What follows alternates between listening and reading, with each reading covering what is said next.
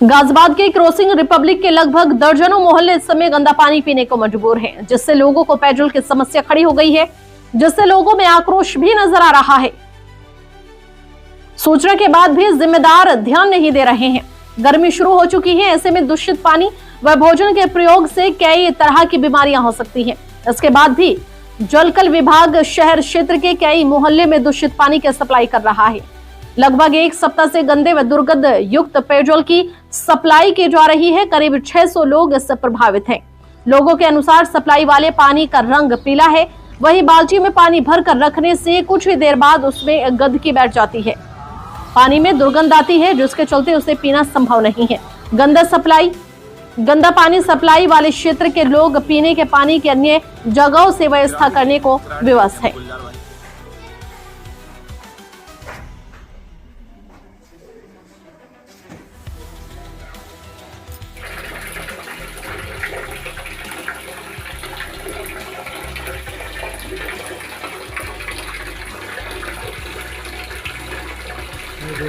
ये गंदा पानी आ रहा है और 2-3 दिन हो गए गंदा पानी को लेकर पानी में बहुत बदबू भी आती है।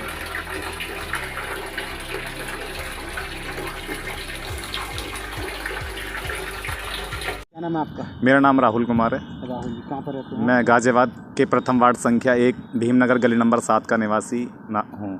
जी जी। तो ये पानी कब से आ रहा है, गंदा पानी? पानी को लगभग 1 हफ्ता हो गया है और क्या नाम है, मैं देख रहा हूँ कि रोज़ ही सुबह या शाम को जब भी पानी आता है और पानी इतना गंदा आता है कि अगर हम हाथ पे लेके महक सूंघेंगे, खुशबू देखेंगे या खुशबू या बदबू का वो देखेंगे तो इसमें इतनी स्मेल बदबू आती है कि बहुत ज़्यादा। और पीने योग्य तो पानी है ही नहीं बिल्कुल भी।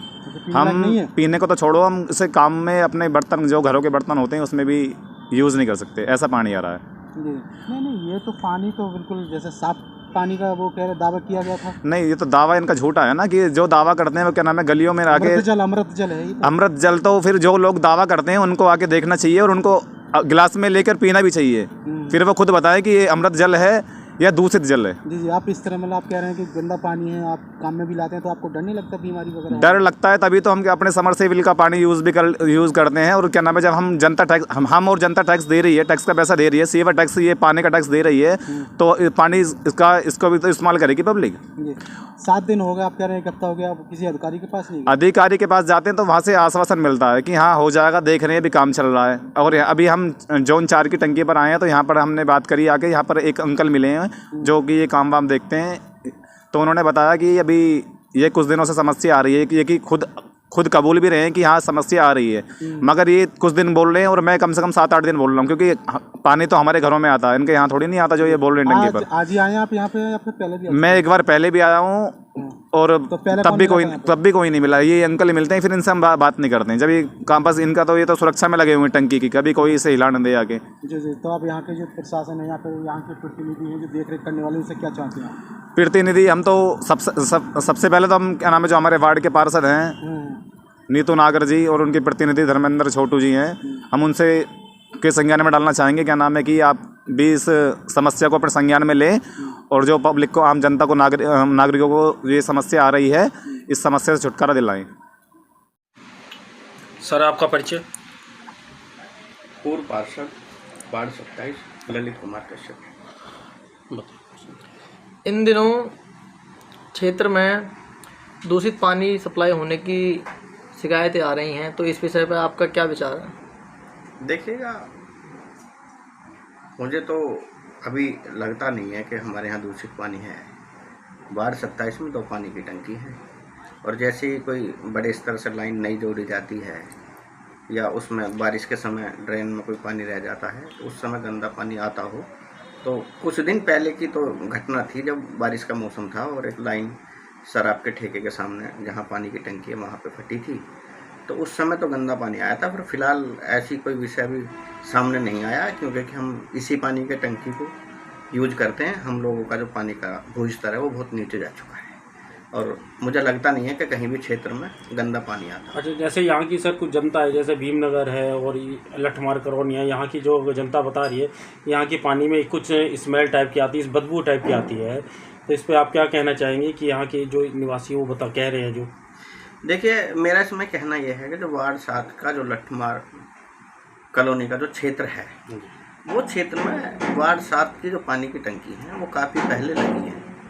यदि वहाँ कुछ लाइनें टूटी हैं या गलत तरीके से वो निगम के कर्मचारी के द्वारा जोड़ दी गई हैं, जल निगम के कर्मचारियों के द्वारा, तो यदि जनता कह रही है तो देखिए वो जो कहती है तो वो होता ज़रूर है, ऐसा नहीं है कि मैं उसको नकार दूं, पर लेकिन ये गंदे पानी की समस्या वो लठमार में हो सकती है। पर उसको नगर निगम और हमारे जो माननीय पार्षद जी हैं उनको इस बात में संज्ञान लेकर तत्काल इस पर कार्रवाई करनी चाहिए और जनता को स्वच्छ पानी देने की प्रक्रिया उन्हें करनी चाहिए। ये हमारा और मोदी जी का विजन है, देश का विकास, स्वच्छ पानी हम सब लोगों को मिले। अच्छा सर, जैसे वहाँ की जनता ने काफ़ी या तो पार्षद जी को बहुत बात बोला और जाकर जल कल विभाग को भी काफ़ी उन्होंने सूचना दी है कि यहाँ के पानी में बड़ी दिक्कत आ रही है, लेकिन उसकी यहाँ की कोई सुनवाई नहीं हो रही। इस पर आप क्या कहेंगे?